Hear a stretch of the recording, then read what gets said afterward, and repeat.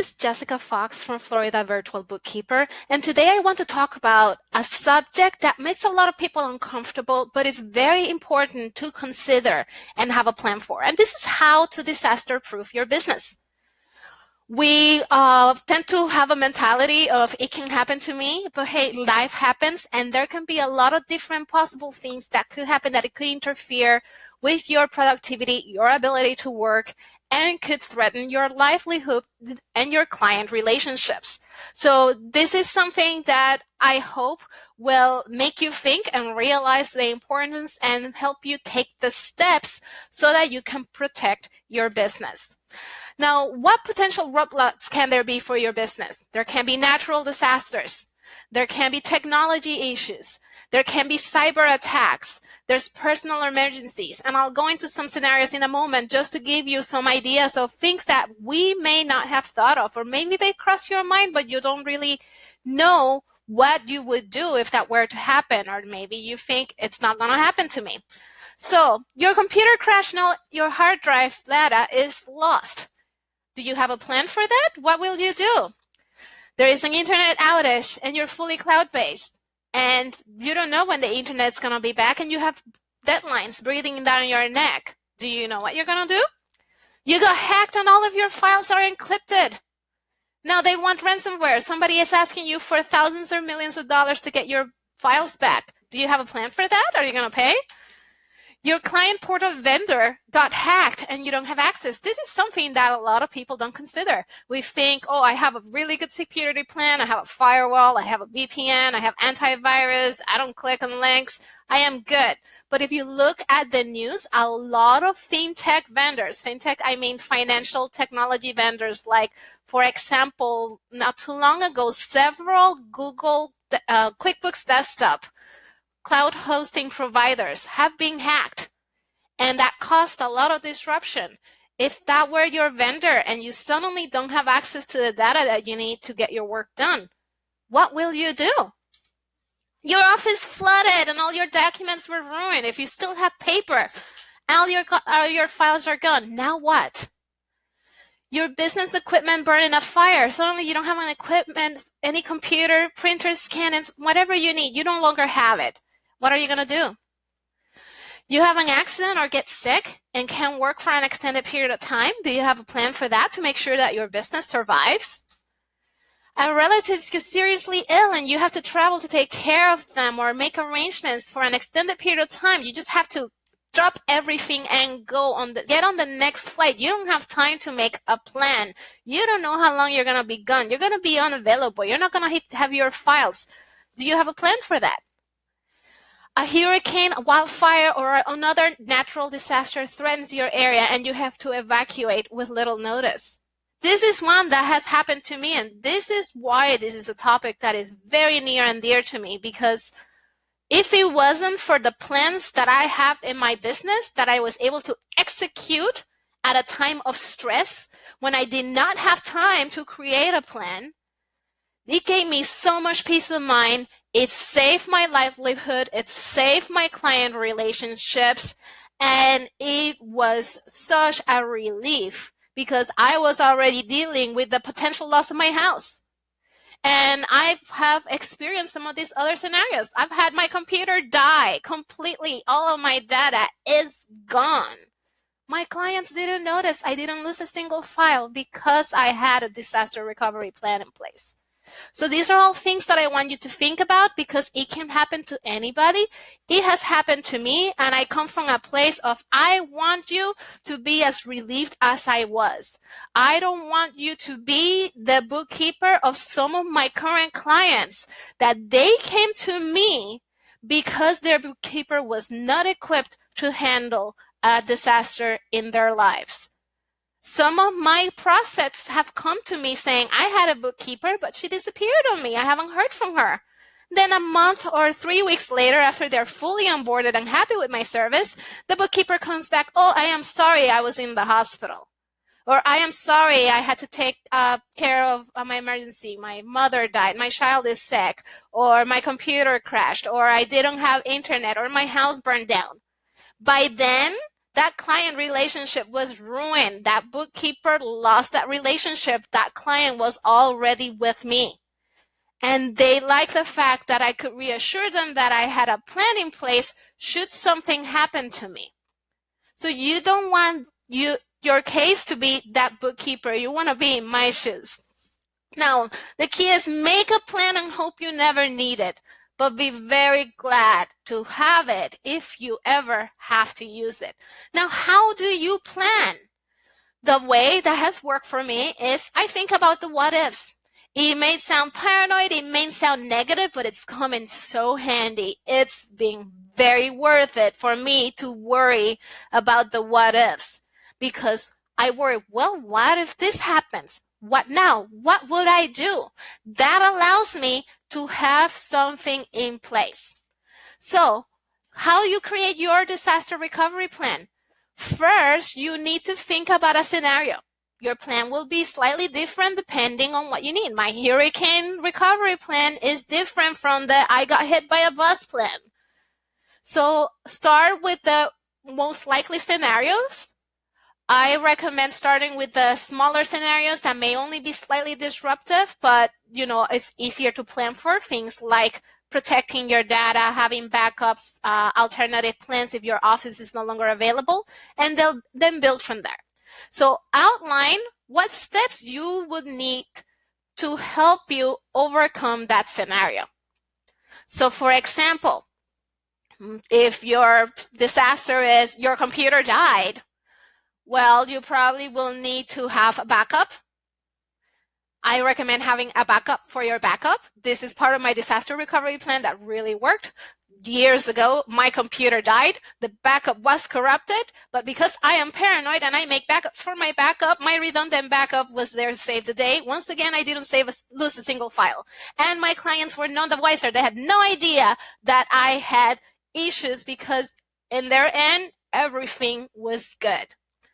You're going to have a backup equipment or a plan to get backup equipment right away. I have a very high-powered, custom-built desktop computer that is my business. My business is 100% virtual. So this computer is my business. It has died. It has broken. Just a couple of weeks ago, there was an electricity issue with the battery backup unit. It was no big deal because I had a laptop I could use. Granted, the laptop is not as powerful, it's not as comfy, but I got the job done just right. Currently, I am recovering from an injury. This injury prevented me from being at my desk for more than a few minutes at a time for about 3 weeks. My clients didn't notice. I didn't miss any deadlines because I had backup equipment that I could work from bed, from my recliner, from whatever I was more comfortable and able to recover from this injury. So, whenever we think about disasters, we can think from the really small stuff or really big earth-shattering stuff. The key is to be aware and be thinking, what can I do to make that situation, if it happens to me, less stressful? Then plan the steps that will minimize the disruption for your clients. And this is key because your clients are counting on you. And while many of them will be understanding as long as you keep the lines of communication open, they're not going to be as understanding if you drop the ball and they get penalized by the government because they didn't meet a compliance deadline due to your issue. So you want to make sure that you're taking into consideration in your contingency plan how to make sure that client service is not disrupted or minimize that disruption. And then document your systems and processes. You want to have this in writing. Don't have it in your head. It's not going to do you a lot of good in your head if, God forbid, you get hit by a train and you're in a coma. Nobody's going to be able to access that information. Hopefully that never happens to you, but that just goes to show how important it is to have things documented so others can access this. And this applies even if you're a sole proprietor. Don't feel that because it's just a one-person shop, this doesn't apply. It's actually more important because the business is just you. And if you're not there, there's no business. Then get insurance for the things that the insurance can help with.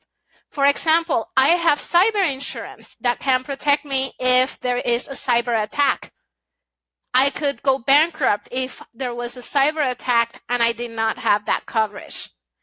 I have business interruption insurance if something comes up that disrupts the flow of my business. I have coverage for my business equipment and my home office. So if that hurricane that I had to evacuate for wipes out my office, I am not having to scramble to replace everything that was in my office. So think about the different types of coverage that you need. And yes, I understand some people say, I cannot afford this coverage. It's a cost of doing business. Work it in your budget. Make sure that it's something that you plan to get as soon as you're able to. If you don't ever need it, it's no big deal. It's a deductible business expense, but the peace of mind is so worth it. And if you do ever need it, it's worth its weight in gold. The premiums are nothing compared to the reward that you would get if you ever had to file a claim. And then, like I said earlier, create backups and make sure that your backups have backups. It doesn't do you a lot of good if you back up your computer into a USB drive or an external hard drive, and then your office burns down and the backup burned along with your computer. So you always want to have a local backup and an off-site backup. And even more important, you want this backup process to be as automated as possible. Because if it relies on you remembering to back up the data, chances are you will forget. You could add it to your workflows, to your checklist, set up reminders, but then that means that backup may be outdated. So for example, if I only back up stuff on a weekly basis, and say I backed up on Sunday, and the incident occurred on Saturday, any work that was done last week is gone. That's a lot to try to recreate. And some of it you just won't be able to extract from your brain. You don't want that to be you. You want to make sure that you have an automated daily backup system in place. Real-time backups are even better, but at the minimum, make sure it's daily and automated. Then your redundant backups, depending on what you work out, it could be daily, it could be weekly, but you do not want to go too long without making sure that those files are in place. And you also want to make sure that you test them. Because just like I had said years ago when I had that disaster and the backup was no good. If I didn't have a backup for that was still good, I would have been SOL. And that would not have been good. Now have a delegation plan in place. If you have staff, this is easy. You can assign to any of your employees. But if you don't have staff, it gets a little trickier. So if you are a sole proprietor, I recommend that you establish a relationship with somebody. In my case, I just recently got employees, but before that, my plan was I would reach out to another bookkeeper that I had a relationship with, and they had access to my plan that they could implement it. My husband has also access to my disaster plan. If I am incapacitated or I die, he has everything he needs to shut down my business or sell it. This is stuff that we don't like to think about, and I plan to be around for a really long time, but hey, life happens. We cannot predict when things are going to happen to us. And then make sure that your delegate has access to your plan. I've seen people that make a plan and they just keep it to themselves. Nobody knows that it exists. Nobody knows where it is. So that's a very key, important thing to keep in mind. And then you want to review and update regularly. I review my plans on a quarterly basis. Sometimes there's no updates to be made. Sometimes things do change, or I may think of a better way to approach something. But you do want to keep it updated. Of course, for example, on my contingency plans, if I add apps or if I change workflows, those apps, those plans need to be updated to reflect that new app, that new workflow, that new template. So you want to make sure that set a reminder. For me, it just comes out automatically in my to-do list every 3 months. Review and update the plans. Now, a sample plan outline. This is a sample outline of one of my emergency plans. This is the I got hit by a bus plan. That's what I call it. But it could be any sort of situation where I am either disabled, incapacitated, unable to work for an extended period of time, or I am dead and the business has to either be transitioned or shut down. And this is just the outline, but it gives you an idea of the things that you need to keep in mind of. I have this as a shared Google document, so my staff and my husband have access to this information. And it lets them know where to file all my logins, how to get into my LastPass, because that's where my logins are. And they are also set up as emergency contacts in LastPass, which is a really good feature if you use a password manager. See if they have an emergency designee feature. It means they only have access to the logins in case of an emergency. That way you are still keeping the information for your clients protected and secure. And as you see, I have, if I am temporarily disabled but expected to be able to resume work in the near future, what they need to do is notify clients. And there's a template, and it has the instructions. It tells them, log on to the CRM, click here, click there, copy paste this template, and send. It's broken down, spelled out, easy, because you cannot assume that they know how to do things. And then if I am dead or permanently disabled, then obviously there's a lot more stuff that needs to be done. And this is written from the perspective of, I am dead, nobody's going to take over, we're just shutting things down. So my husband and my assistant can take care of notifying the clients, stopping all of the recurring payments, taking down my website, shutting down my scheduler, canceling all of my recurring apps and my vendor services, everything that they need to do to be able to wrap things up nicely. God forbid you die and your spouse has to do this, they'll be so relieved that there's something in writing that they can either do or delegate to somebody, because they are going to be so busy grieving your loss that they're not going to be able to think this stuff on their own. So I know some people will say this is a little bit of a morbid topic, but I really hope that you take something valuable out of this. So at least plant that seed to have something in place to make sure that your business is protected, your livelihood can continue, and that your client relationships are maintained if the unthinkable happens. If you have any questions or comments, I am only an email away, Jessica@floridavirtualbookkeeper.com.